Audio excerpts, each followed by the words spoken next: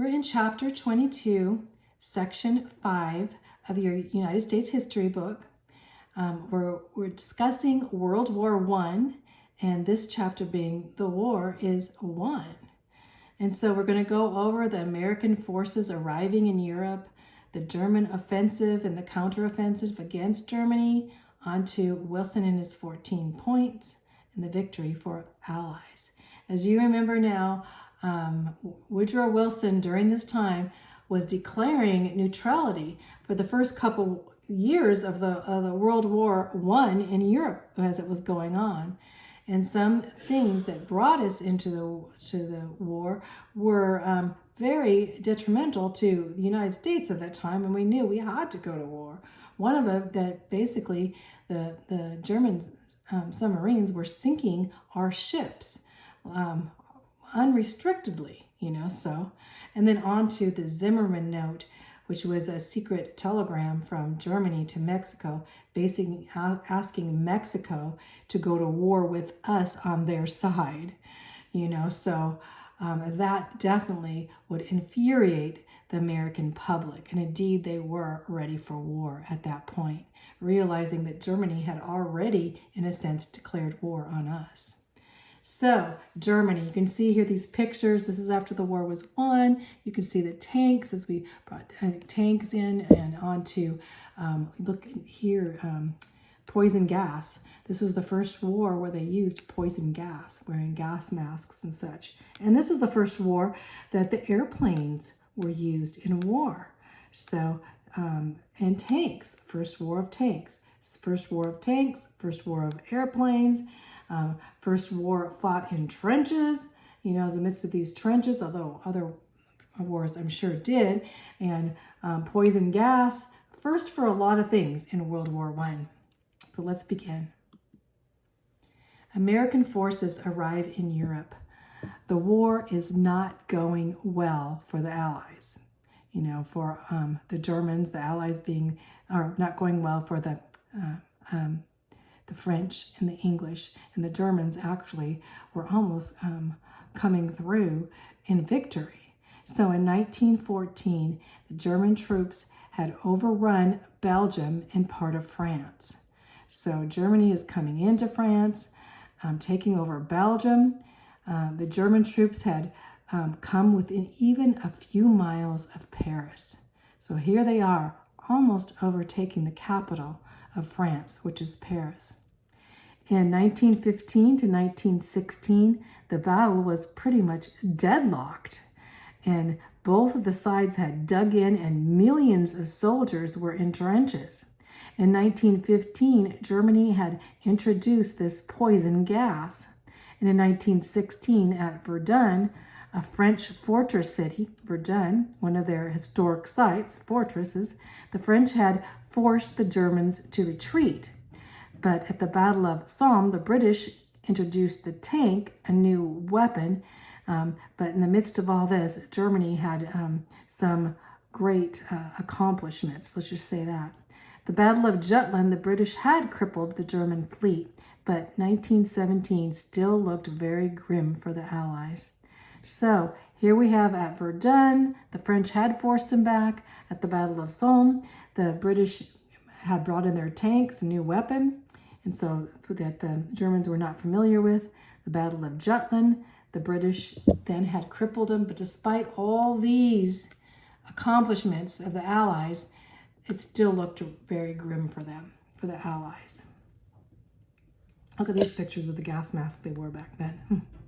And this is, you can see the Germans, how they marched differently in the midst of the fields, and the tanks over here.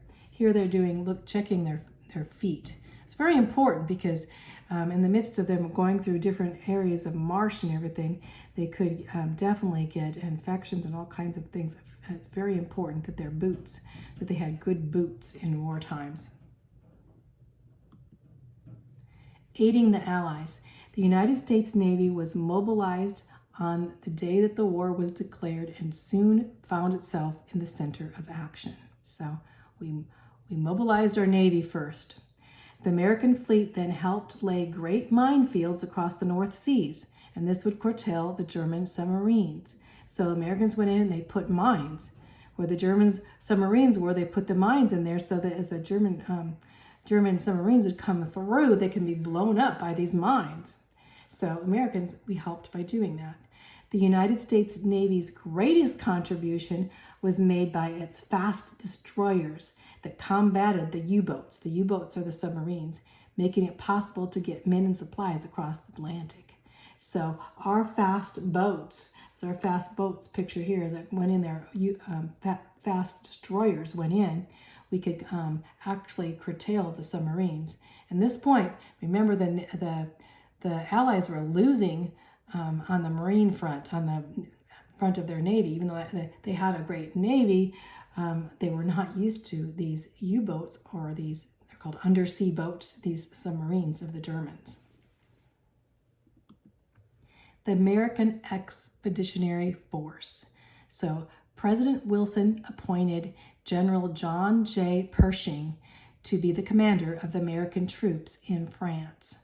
I'd like to actually do a study on him because I was seeing where did he come from, but you'll find his life. I might go over a little bit later on in it, but his life, he was actually involved in Mexico, chasing down Pancho Villa in the midst of just the same time as the war was going on. President Wilson sent him down there, and he never did find Pancho Villa, and actually Wilson just basically drew America out of that, even though, so in the midst of this war, he brings Pershing in, not to fight in Mexico anymore, but to, as he brought in 10,000 forces into Mexico to find Pancho Villa, which is pretty much an embarrassment to America. But now Wilson would take Pershing, and he'd become the great hero of World War I. One little thing about Pershing is right before this all happened, while he was out chasing Pancho Villa, his family were stationed at San Francisco in the Presidio at San Francisco. He was very much a Midwestern. Let's just say that he went to school in the University of Nebraska, and he lived in Omaha and Lincoln, but then he went to San Francisco with his wife and 4 children, and there was a great fire at their house in San Francisco, and the lacquer floors started on fire.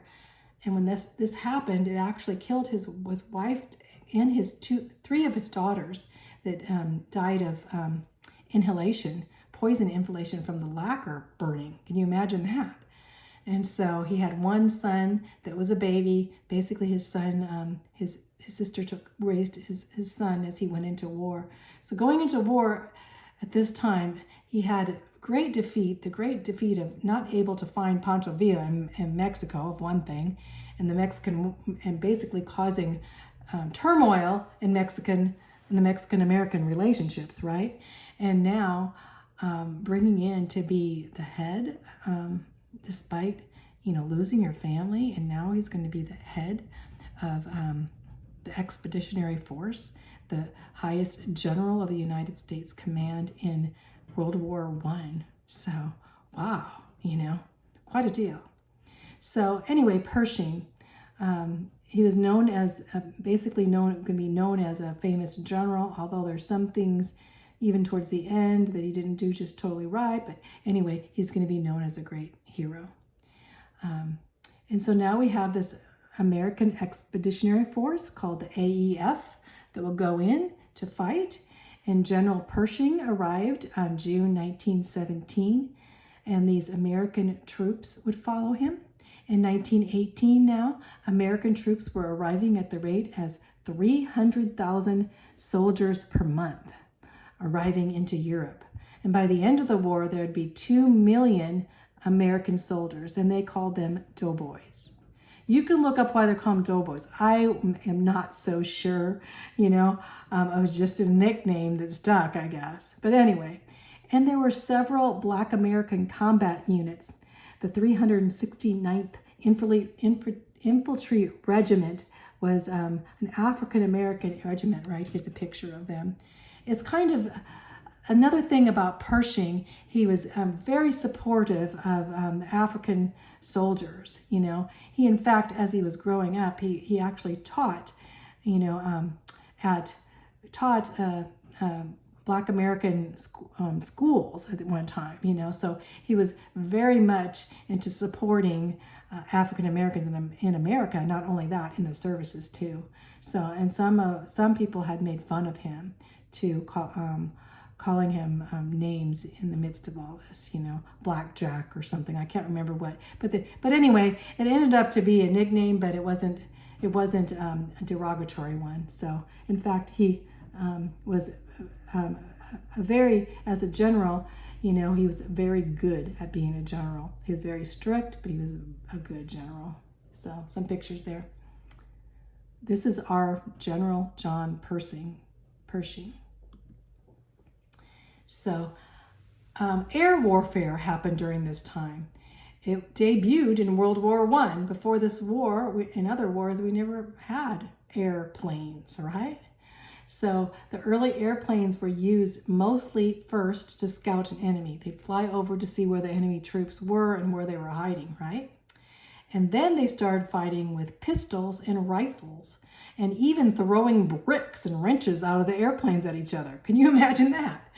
Throwing bricks and rifles out? And later they started dropping bombs and also started to equip these airplanes with machine guns that were synchronized with the propellers, because if the guns would hit their propeller, they could actually hit their own propeller and actually start their own plane on fire. So they had to have some way that they synchronized their machine guns not to shoot their own propellers.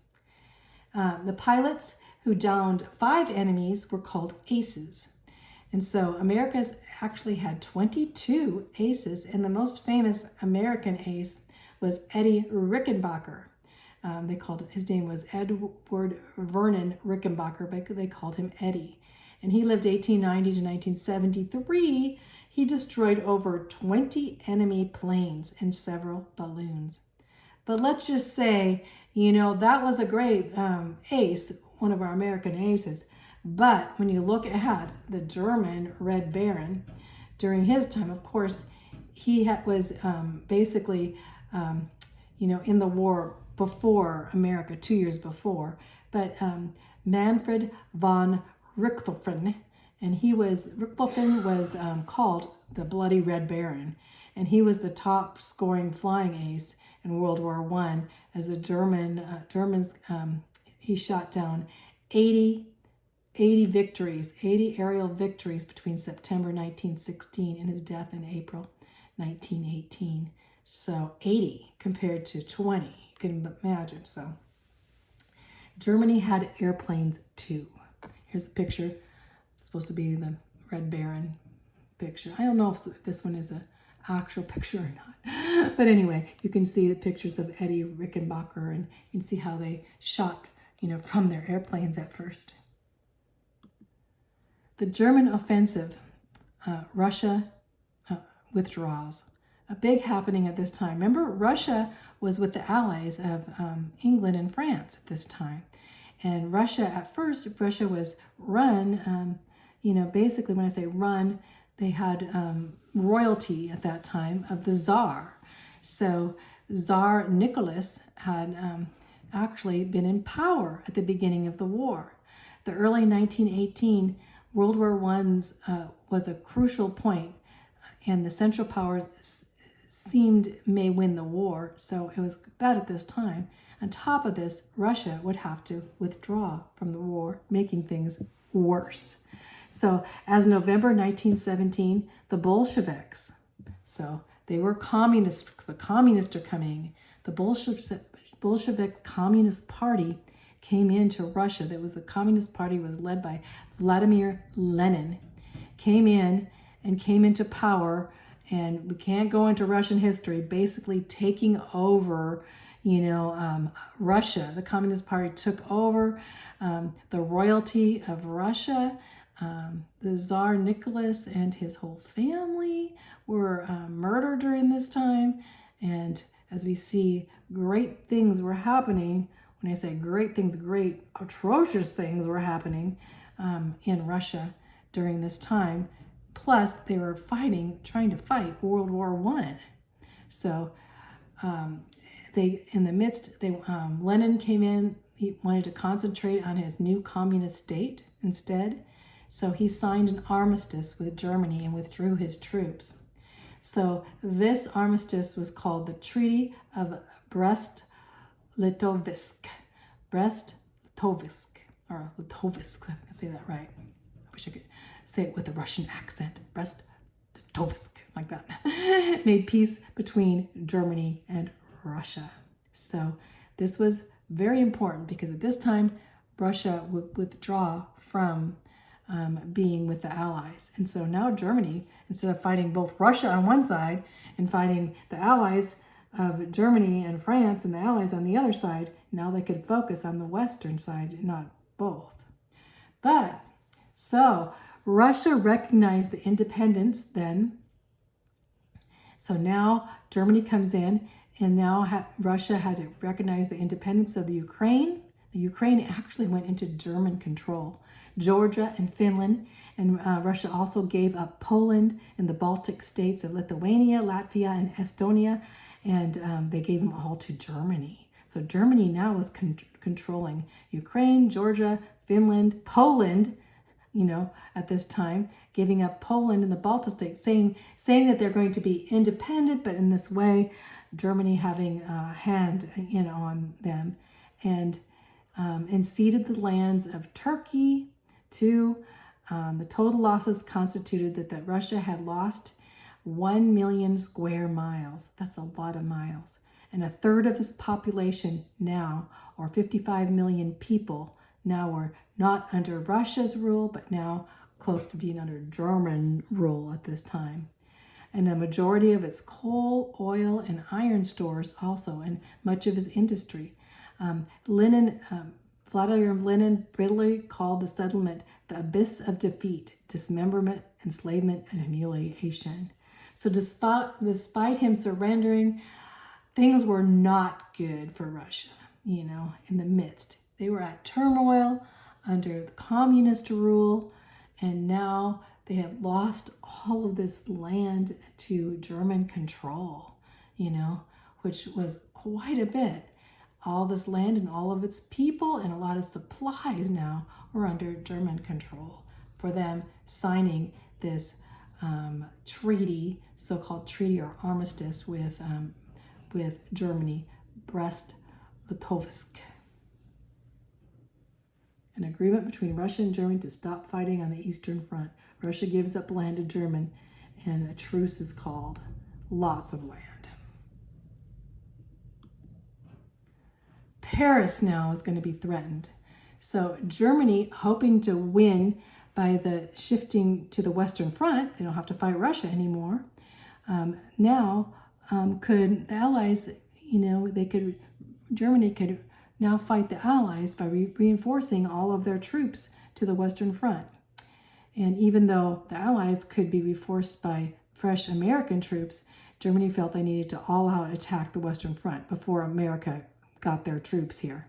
So basically saying, we need to go on and start attacking because they're going to get America involved in this, which we did. They knew America was coming, but it would take a while to get our troops there. So Germany made an all-out attack on the Western Front. Their generals, Erich Ludendorff and General Paul von Hindenburg. Here's a picture of them over here.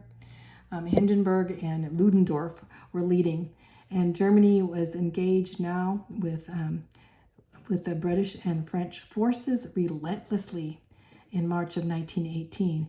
It wasn't looking good for the Allies, bringing all of these extra German troops that were fighting Russia now to fight on the west side.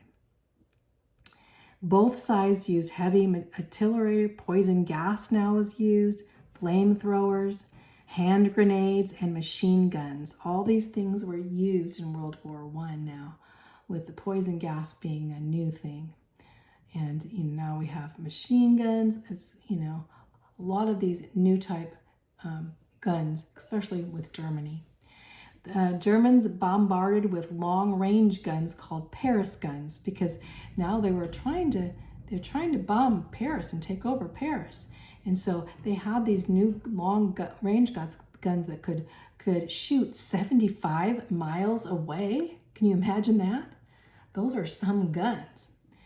Now, Germany now drove the French and the British back and conquered 3,000 square miles, taking 150,000 prisoners and coming only 40 miles from Paris. Doesn't look good for the Allies, does it? As Germany comes in, conquering and taking, that's a lot of land, a lot of prisoners, and only 40 miles from the capital of France, which was at Paris, France. So here we have the, basically the Allies are at dire straits waiting for America to come aboard and help them, right?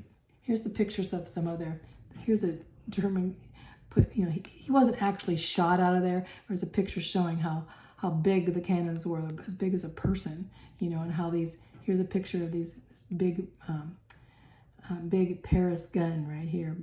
And this one down here is called the Big Bertha gun. Germany had some big guns, big cannons. Important battles. Cantigny on the Marne River, and onto large numbers of Americans were beginning to reach the front lines. So we're going to talk about General Pershing now comes in, and he decides to put some troops under temporary command of the Allied commander, Marshal Ferdinand Foch. Marshal Ferdinand Foch was the French commander. So he comes in, he's not going to totally take command. We're supposed to be associates, remember that, and help them. So he put some of our troops under Marshal Foch, the French commander. So, and now the tide of war is beginning to turn. On May 28, 1918, America's 1st Division stormed the fortified Cantigny. And so, in June 1918, the 2nd and 3rd Divisions joined the French north of the Marne River and onto the Seine River in Paris, and helped to drive the Germans back from Belleau Wood. So now we have America coming in, our 2nd and 3rd joining the French, and now we're pushing back the Germans.